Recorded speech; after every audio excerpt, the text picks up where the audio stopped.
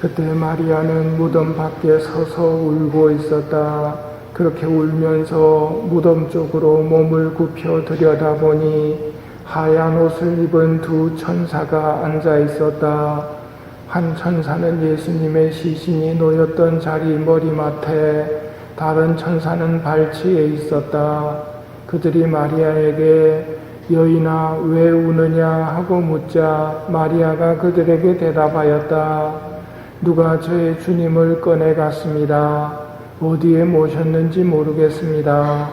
이렇게 말하고 나서 뒤로 돌아선 마리아는 예수님께서 서 계신 것을 보았다. 그러나 예수님이신 줄은 몰랐다. 예수님께서 마리아에게 여인아 왜 우느냐 누구를 찾느냐 하고 물으셨다.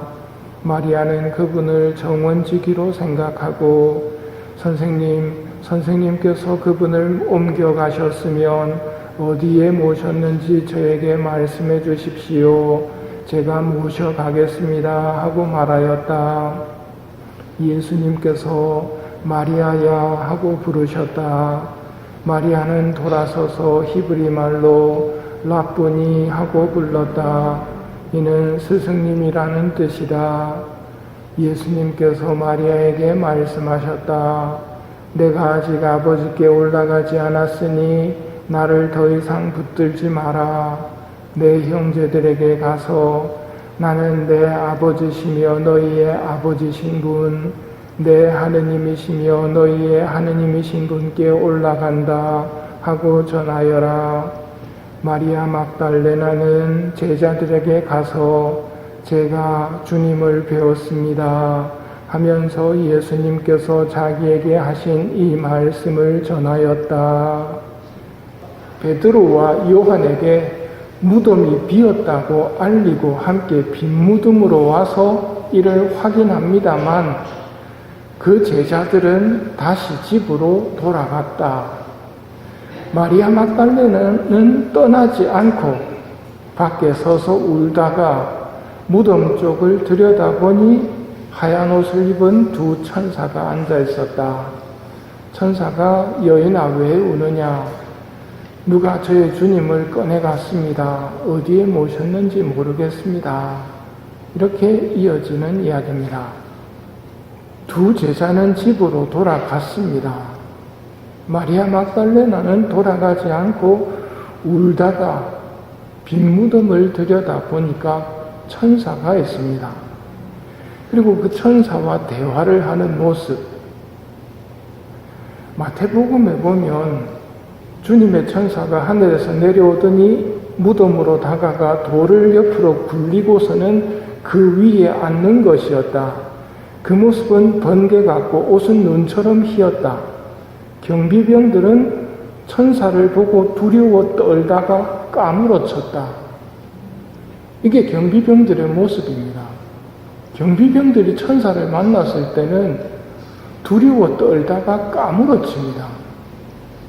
마리아 막달레나는 두려워 떨다가 까무러치지 않습니다. 오히려 대화를 합니다. 평소에는 경비병들이 힘도 세고 큰 소리도 쳤겠지만 하느님의 천사를 만나자 까무러쳐 버린단 말입니다. 루카복음 21장에도 사람의 아들이 오시는 날에 대해서 이야기합니다. 해와 달과 별들에는 표징들이 나타나고 땅에서는 바다와 거센 파도 소리에 자지러진 민족들이 공포에 휩싸일 것이다. 사람들은 세상에 닥쳐오는 것들에 대한 두려운 예감으로 까무러칠 것이다. 사람의 아들이 오시는 날 어떻게 되느냐면 민족들이 자지러지면서 공포에 휩싸입니다. 그리고 두려운 예감으로 까무러칩니다. 하느님을 믿지 않고 신앙생활하는 우리를 비웃었던 그 세상의 강인함은 잠깐 지나가버릴 이 세상에서 강한 것 같이 보입니다만 지나갈 것이 지나가고 영원한 세상이 시작될 때 그런 사람들은 두려운 예감으로 까무러치고 자지러집니다. 이런 걸 보면 제대로 신앙생활을 하는 이들은 강한 사람들입니다. 보이지 않는 하느님과 천사들과 함께 대화하면서 같이 살아가는 사람들이기 때문입니다. 그러나 빈말로 기도하는 분들은 빨리 고쳐야 됩니다. 지금부터 살아계신 하느님을 느끼고 천사들을 느끼면서 살아야 합니다. 생생한 기도의 은총을 청하십시오. 기도부터 무조건 먼저 시작할 게 아니라 내 기도를 듣고 계시다는 것부터 생각을 하고 기도를 시작하셔야 됩니다. 미사를 시작하면서 먼저 주님을 바라보고 내가 주님 앞에 설 수 있는가 자신의 모습을 되돌아보고 내 기도를 들으시는 하느님을 의식하고 미사를 시작해야 됩니다. 이런 은총을 오늘 영성체 후에 내 안에 오신 예수님께 부탁을 드리십시오. 그러면 내 기도를 들으신 예수님은 기뻐하며 치료를 시작하실 겁니다. 마리아 막달레나는 천사들과 이야기를 마치고 나서 몸을 돌리자 예수님이 서 계신데 예수님을 알아보지 못합니다. 예수님께서 말을 건네십니다. 여인아, 왜 우느냐? 누구를 찾느냐? 마리아 막달레나가 예수님을 그렇게 사랑했는데 못 알아본다는 것, 이것은 우리에게 어떤 메시지를 주려고 하시는 것입니다. 예수님께서 마리아야 하고 부르시자 마리아는 예수님을 알아봅니다. 부활하신 예수님은 분명히 예전의 모습과는 다르다는 것을 알 수 있습니다. 마리아 막달레나만 못 알아본 게 아니죠. 엠마오로 가는 두 제자들도 예수님과 함께 그렇게 오랜 시간을 보냈지만 예수님을 못 알아봅니다. 이들에게 문제가 있는 게 아니라 부활하신 예수님, 하느님을 알아보기 위해서는 하느님이 허락을 하셔야 됩니다. 아까 기도의 은총을 청하라고 말씀드렸죠. 내가 하느님을 의식하고 기도를 하고 싶어도 하느님이 열어주시지 않으면, 허락하시지 않으면 하느님이 도무지 느껴지지 않을 뿐더러 듣고 계시다는 믿음도 생기지 않기 때문입니다. 모세에게 하느님께서 하신 말씀입니다. 나는 내가 자비를 베풀려는 이에게 자비를 베풀고 동정을 베풀려는 이에게 동정을 베푼다. 이는 하느님의 권한이고 하느님 마음입니다.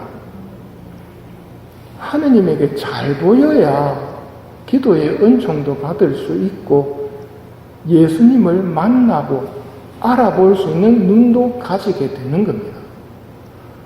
그럼 어떻게 해야 잘 보이겠습니까? 여러 번 말씀드렸지만 하느님이 좋아하는 사람은 가난하고 겸손한 사람. 그럼 하느님이 싫어하는 사람은 어떤 사람이라고 그랬습니까?